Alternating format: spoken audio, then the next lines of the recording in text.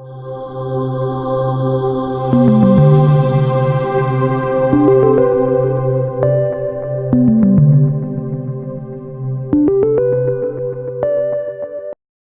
so I'm here to interview Tiny blah blah blah Toese something. Okay, let's go. How do you say your full name? Actually, there you go. Tiny, how do you say your full name?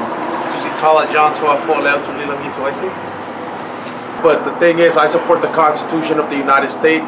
I support the Second Amendment fully, and I believe that we should not give an inch to all these gun grabbers. It's not a question of whether you like bump stock or you do not like bump stock, but it's the question of after they ban bump stock, what's going to be next?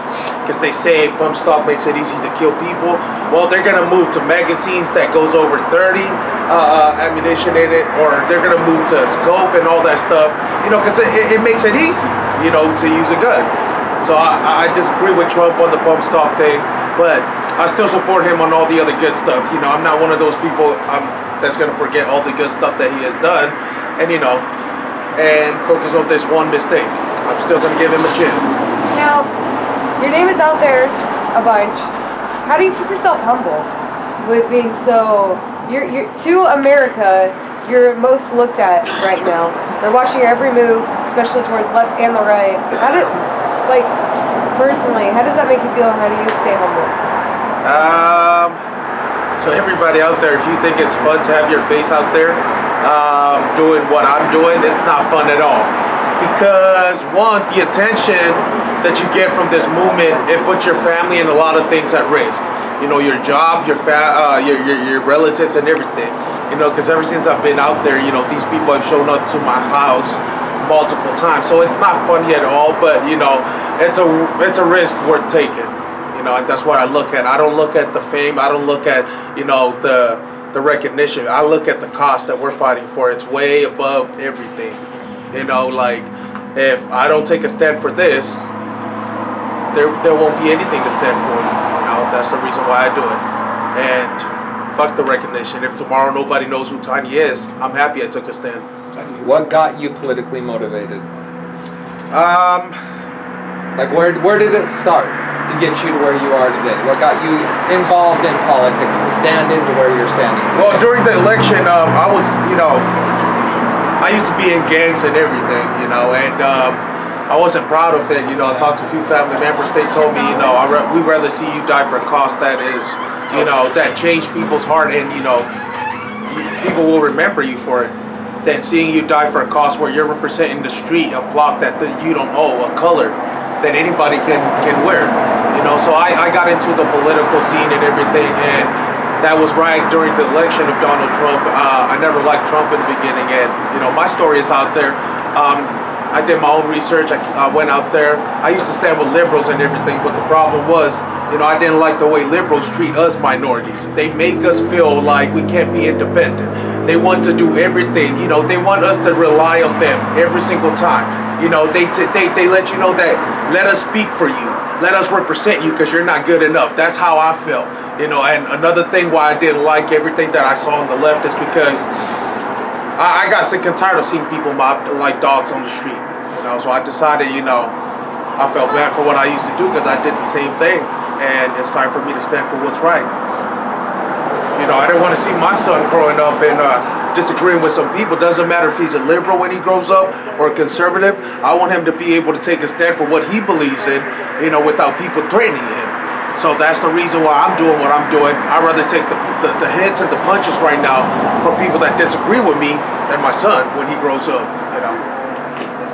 I have a question.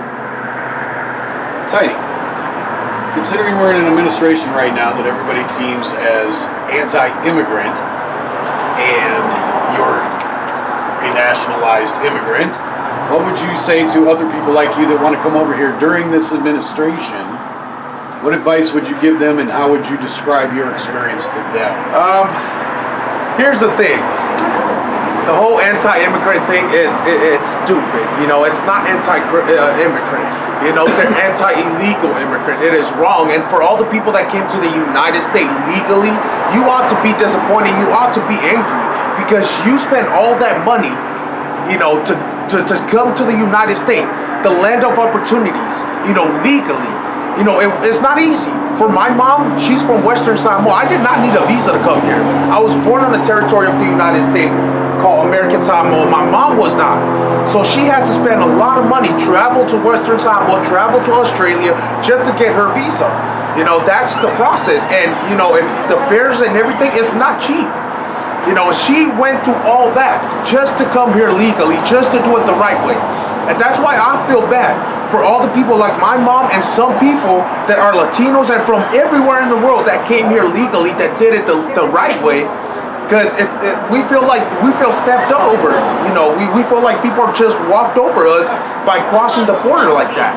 You know, I'm sorry, you know, but the people that are saying, you know, just let them do, you know, we don't have a heart, this and that, no. You know, if we don't stand up for our borders right now, we don't have a country.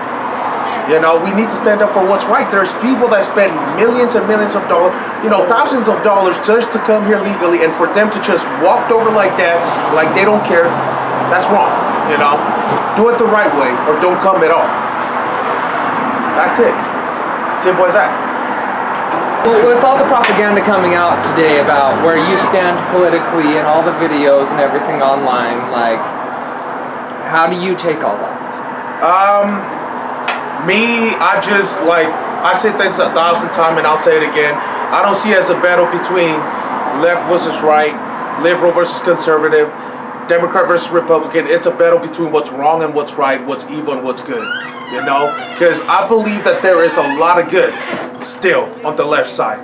And if you guys really, you know, like the liberals, if you guys really love your side, if you guys really love the liberal, you know, culture and everything, start standing up and telling these people that they do not represent you. Because the truth is, these people that runs around with masks covering their face and committing act of violence and criminal acts, they're representing you right now. They're the one who's making you look bad. So if you guys really want to do what's right, come out and take a stand. Come out and tell them that that is wrong, you know. We do it all the time. We tell the white supremacists and the Nazis that they do not speak for us. They do not stand with us. You know, that they do not represent the right. You know, we do it all the time. And I encourage you guys to do the same thing. You know, it's wrong what they're doing. So come out and speak up. You know, because I know I've talked to a few liberals. I've talked to a lot of people on the left. Most of them are open-minded. You know, not like the masked ninjas that walked around just calling everybody Nazis. Come out and take a stand. That's it. Nice.